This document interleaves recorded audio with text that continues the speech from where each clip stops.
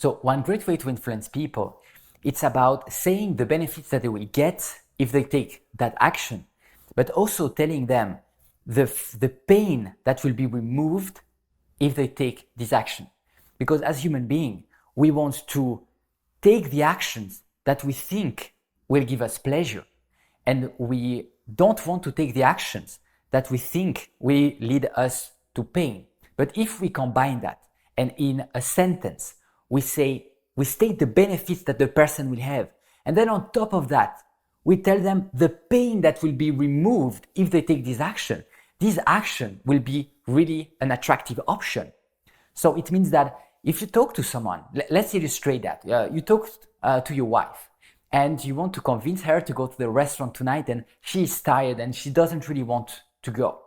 One great way to do it is you can just say, "Hey honey, do you want to go to the restaurant tonight so you can relax?"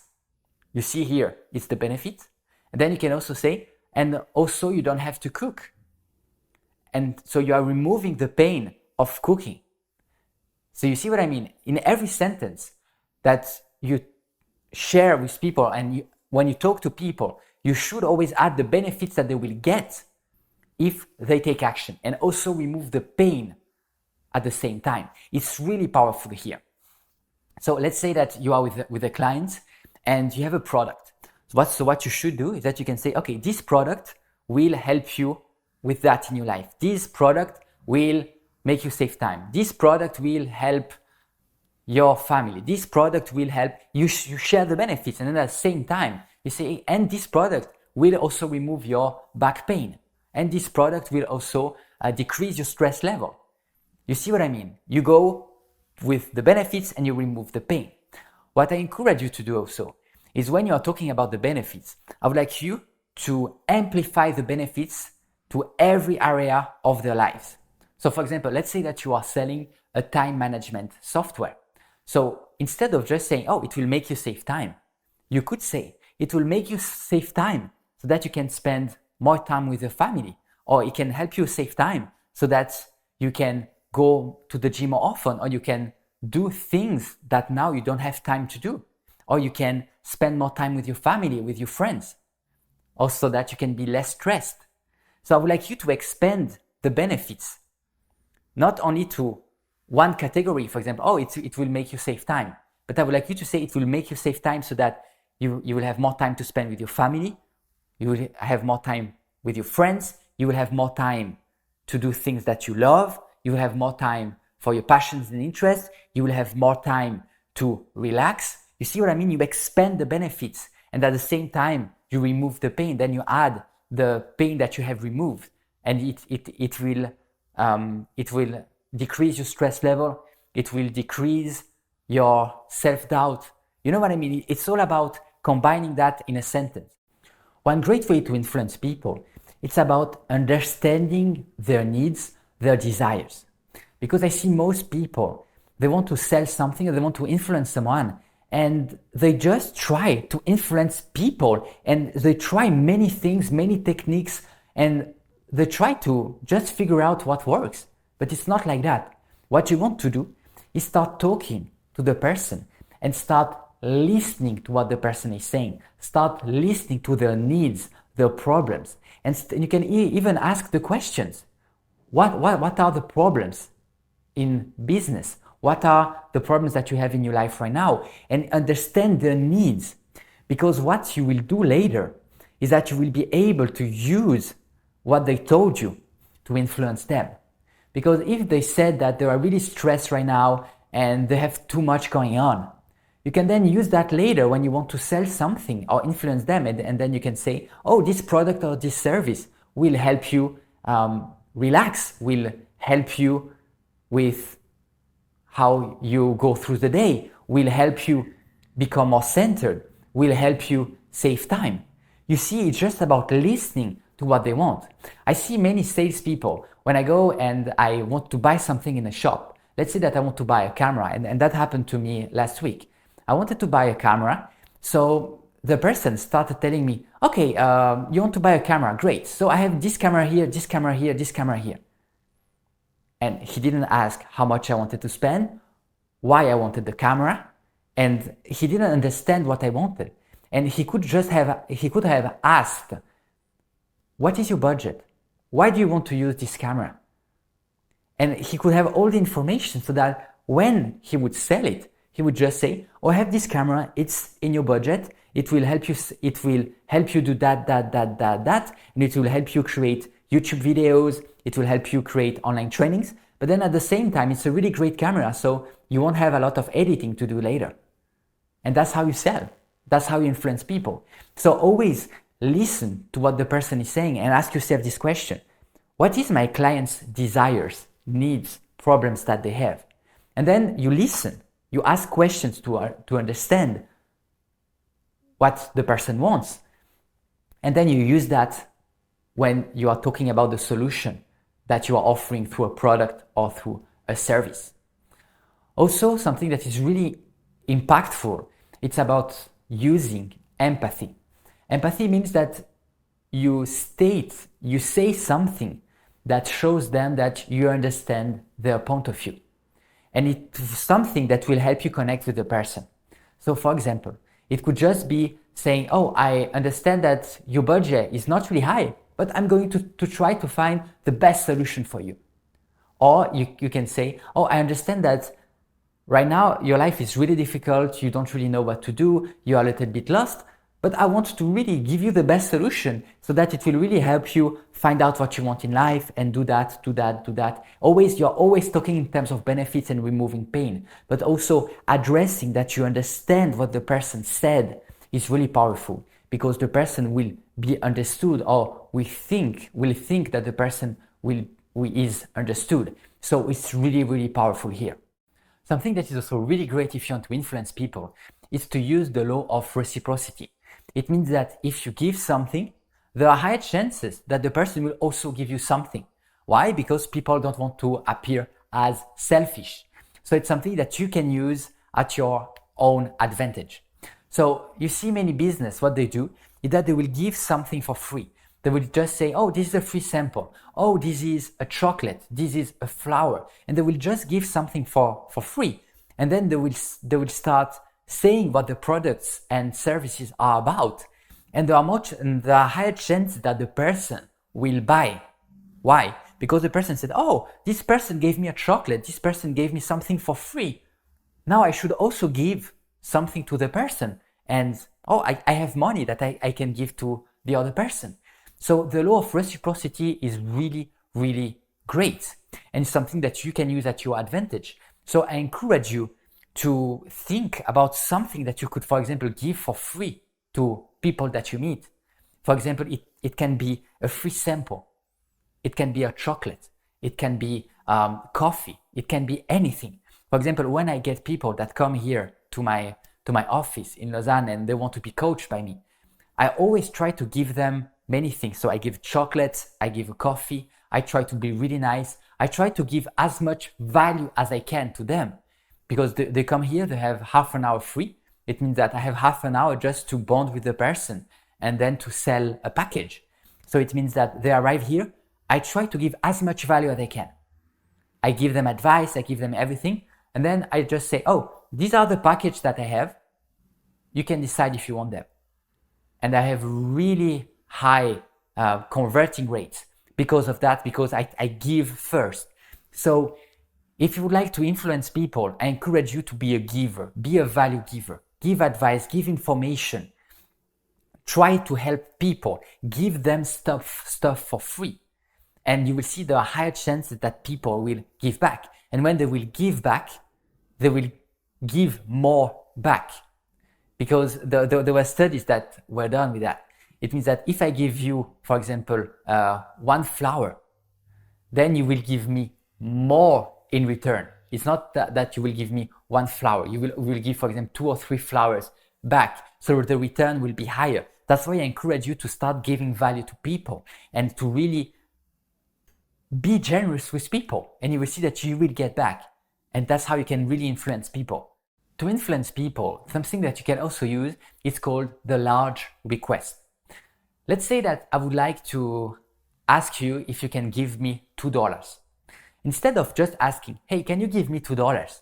You can say, hey, could you give me $20? And then the person will say, oh no. Say, okay, and what about $2? Oh yes, $2 is okay. Why? Because what you want to do is to ask something that has low chances of being accepted by the other person. And then you contrast it with what you really want. And what will happen is that most people are not really comfortable saying no twice. And the person say, oh, I already said no to the $20. And now I don't want to say no again. So, and $2 compared to $20, that's a great deal. Oh yes, here are your $2. So my question to you now is, how can you use these large effects in your business or in your personal life? So don't overuse it, because I don't want you to start manipulating people. But if sometimes it's something that you really need or something that you really want, you can use that, but don't use that all the time. Otherwise, people will just notice and it will be a little bit weird. But this is a tool that is really great. So something that works also really well is to use the comparison effect. It means that you can show something, you can show an option that is not really attractive or that is too expensive, and then you contrast it with the option that you want to offer. So I know that many people who want to rent apartments, what they do is that the first option that they show to their clients is an option that is really expensive, or the apartment is really awful. And then people will say, oh my God, that's really expensive and the apartment is awful. Wow, what's going on here? And then they will show the option that is affordable and that is amazing. And then people will say, wow, this option is amazing. The apartment is great and it's not expensive compared to the other, but it was really expensive and ugly. Wow, I think I really like this option. It's all about comparison. So it's something that you can use in your business also. So think about how you could use this comparison. How could you set up things so that people could compare your option, for example, with your competitors or with another option that you present to them, and how you could really influence them better with that, and how can you compare so that they can say, wow, that's a no-brainer. Another great way to really influence people is to use the power of social proof, because people don't want to buy or to experience things that no one has experienced before. So let's say that I want to sell an online course. And if people see that no one enrolled in my online course, and people say, oh, if no one enrolled in this course, maybe the course is bad, so why would I enroll in the course? But if you have an online course and you say that, that there are thousands of people who have already enrolled in this course, people will say, oh, if 1,000 people already enrolled in this course, maybe I should also enroll in this course. And now if you say that people really enjoyed your course, people will say, oh, there are people before me who enrolled in this course and they enjoyed it. Maybe I will also enjoy it, because we take decisions based on also what other people do. So if you have a product or if you have a service that you want to sell, it's important that you talk about people who have already tried your service and product and that really like them. For example, when I coach people, I always talk about my own transformation, how I was able to apply the advice that I teach. So they see that I successfully used it. But then I also use the power of social proof. It means that I will talk about my clients who have already used my tools and techniques and that were successful. So that the person that is in front of me say, oh, it has worked for Alan, but it has also worked for his clients, so it should work for me. So the power of social proof is also really, really important. So my question to you is, how can you increase this power of social proof to your business or to your personal situation? Think, is it about saying that people have already tried it before and were successful? Is it about showing your numbers of followers on your website? So really think about how you can use the social proof to your life. If you want to build friendship with people around you, something that is really important is that you must understand that friendships are based on commonalities. Because if you think about the people that you hang out with, if you think about your friends, I'm sure that you have at least something in common with the person. So the idea is, when you interact with people, if you want to transform this interaction into friendship, what you should do is look for commonalities.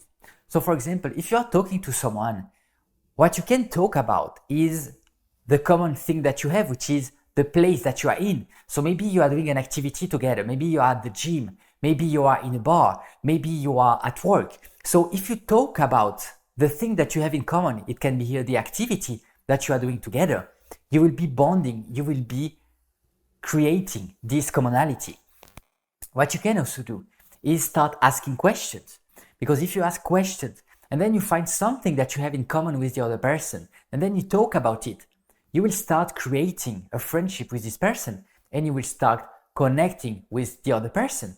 So my advice to you would be that next time that you are interacting with people, focus on asking questions, on saying things that can lead to a commonality with the other person. So I'm not saying lie to the other person just to create a commonality. I'm not saying that. I'm just saying be open when you talk to people that maybe you can find a commonality. And by knowing that consciously, it will become easier. One great way to do that is, for example, to ask questions about the passion, the interest, what they like to do for fun, you can talk about the vacations. You can talk about things that you know that when the person will be talking about them, the person will feel great. And if you can bond and find commonalities on passions and interests or on positive things, the person will like you more because the person will remember that you had a great moment with them. So it's really important here to find a commonality. And if you can't find a commonality with this person, don't stress, just relax, keep talking to the other person.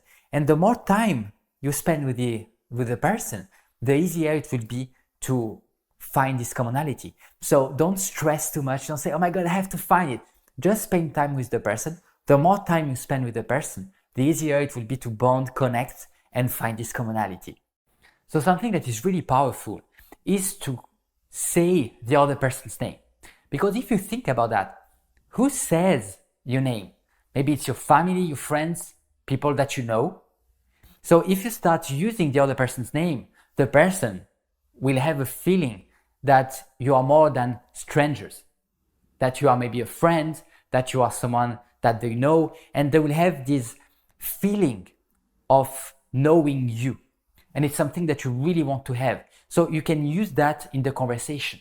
What I encourage you to do is to introduce yourself when you meet someone and to listen to their names. They will say, for example, oh, my name is Mark. And what I would like you to do is to memorize it, to memorize the name, because most people forget the name. And one great way to do that is to associate the name that the person said with someone that you already know. For example, if someone says, oh, my name is Mark, I will associate it with a friend that is called Mark and that I went to university with. So when I will see the person in front of me, I will remember my friend Mark from university. And that's how I can remember names. Also, what you can do is to repeat the name in your head. So the person says, hey, my name is Mark. And then I would just say, Mark, Mark, Mark, Mark, Mark, Mark, Mark. And then I will remember the name. And then I can use, Mark, what is your ta-ta-ta-ta-ta? And I can just talk, Mark, the solution for you is. And that's how you can really influence people. It's really powerful. If you want to influence people, you must be 100% convinced of the things that you're offering. So let's say that you are offering a product or service. If the person sees that you're not 100% confident in what you are offering, the person won't buy. If you want to ask someone to do something and you're not really confident and you don't trust it and the person is hesitating, they will see if you are confident and if you believe in what you are saying. So it's really important when you offer a product or service or anything else that you just believe that it's great. You have to stand behind your value. It means that you offer a product or service or something and you must know that it's great. You must be confident that will help other people. So really important here. My question to you is, when you want to influence people, are you confident when you talk to them? Do you know that it's the best products and service for them and that will really help their life? Do you know it? If not, you should convince yourself that it is. The easier way is to just have an amazing product or service to sell. But the other way is to convince yourself that it's great, because maybe it can help the other person's life. But it all starts with being sure about yourself. When I coach people, I have to be really sure about myself because I'm influencing them. So if I give them an advice, maybe you should do that, or maybe you could buy my coaching package, maybe it will help you. I know it's an exaggeration here, but most people, they won't say that verbally, they will say that non-verbally. It means they will say, hey, maybe you could buy my package, it's great. And the non-verbal is saying, oh my God, it's not great, I don't really know what I'm doing. You really should hide that and become confident and at ease with that. And one great way to do that is to make a list of the benefits that people will get if they buy your product or service, to see the impact that you can have in people's life and to really feel that. Because when you will be selling, when you will be influencing them, you want to feel how you can transform their lives, because it will be easier for you to sell and to influence them. So make a list, take a piece of paper, and you make a list between 5 and 10 things that people will gain if they enroll in your program, if they do what you want. And you will see it will help you, and it will help you influence them. So now let's talk about how you can communicate with charisma and confidence. So it's not something that you should learn, but it's something that you should access, that is inside you. Because I'm sure that if you think about it, you were already able to communicate with confidence and charisma in certain situations. Maybe it was with your friends, maybe it was with your family, with your coworkers, or in any other situation. So you knew how to do it. But now maybe you are stressed, or there is a situation that you are a little bit uncomfortable and you don't have this charisma and this confidence. So what I would like you to do is to remember a time when you felt confident and charismatic in an interaction. Maybe even if it was 10 years ago, I would like you to remember that and to access this feeling of confidence and charisma. Because if you want to communicate with confidence and charisma, it starts first by feeling confidence and charisma in your body. So a great way to do that is to remember a time when you felt confident and charismatic. If you are struggling to do that, I would like you just to imagine how a confident and charismatic person would feel. So just try right now. How would a charismatic and confident person feel? And just try to feel these emotions. Try to feel the emotion of confidence and try to feel the emotion of charisma. And it should be something that you should train your body to do, because learning how to feel emotions of confidence, charisma, positive emotions will really help you when you will be communicating with people. Most people are not aware that it's really important, because 93% between a conversation between people is nonverbal, and it comes from the emotion that you have. And then it will manifest itself through the body language, your voice, smile, eye contact, and all the other nonverbal cues. So how you feel is important. Most people focus too much on what to say.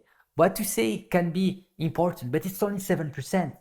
And what I would like you to fix or to improve is how you feel. Feel this feeling of charisma and confidence. And you will see that your communication will really go to another level. So if you are still struggling to do that, I would like you to just close your eyes and do that with me. Just close your eyes.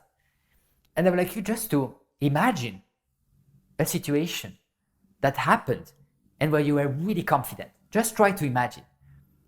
Try to find the situation and try to imagine with bright colors. Imagine that you are the actor, and then imagine who was there. Were there people? Were there people talking? Were there any smells? Were there things that caught your attention? Try to relive the experience. And then when you get the feeling, I would like you to just embrace the feeling. That can be the feeling of confidence and charisma, and you enhance in your body. And when you have done that, I would like you just to communicate to someone, call a friend, or talk to your partner, or talk to someone home. And you will see that the way that you will communicate will be charismatic and confident. That's it. That's how you can communicate with confidence and charisma. So practice feeling these emotions of confidence and charisma often. The more you practice, the easier it will be. Because now I can go from someone who is charismatic to someone who is depressed in a few seconds, because I'm able to access different emotions. So if you're not used to it, do that often and you will see it will really help you. You can approach with the consistency effect. And this is my favorite technique of all the techniques here in this course. You can say, hey, I just wanted to say hi because you look friendly. Then the person will say, oh, thank you. Why it works really well is that when you approach someone and then you frame the person as friendly with the consistency effect, the person will then act as friendly. Because if you say, hey, you look really friendly, and then the person is an asshole to you, this person won't be following the consistency effect. So if you say, hey, you look really friendly, and then the person will act as friendly because the person wants to be consistent with what you said. This is really powerful. You can also try, hey, I just wanted to say hi because you look adventurous or because you look open-minded. You can frame the qualities that you want in people by just using the consistency effect when you approach them. By using the because you look friendly, it's really safe because most people will say, oh, thank you, because no one wants to appear unfriendly to people. There are cases where people will be not friendly to you, but it's, for example, if you are completely drunk, or if you are a really bad person, or if you are creepy at a networking event, then yes. But most of the time, if you are a normal person, your approach is because you look friendly, 99% of the time, people will be really friendly towards you. So this is powerful because in their minds, the consistency effect will play a major role so that they can then will be really friendly.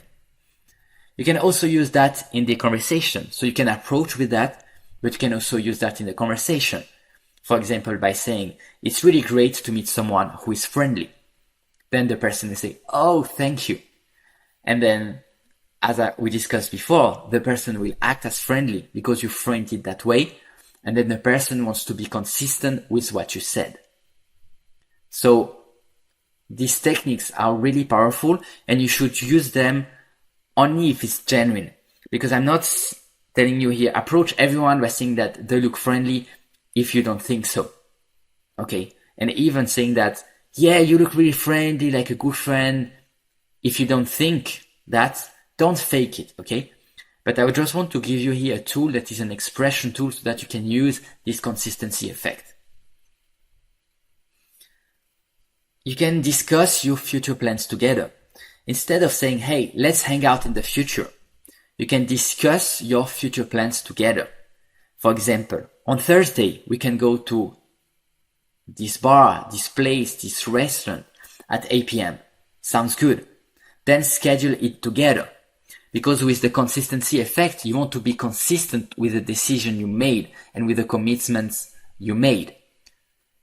So it will be much more successful if you really plan and discuss your future plans together, because then the other person will have the plans, your future plans in their minds. And then they want to be consistent with that. And then they have higher chances of going to the event or the future place with you. Okay.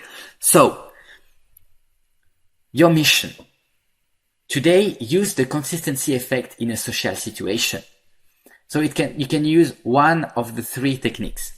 So you can, for example, approach someone with a consistency effect, saying that they look friendly, or you can, in the discussion, you can tell them that it's really great to meet someone that is friendly.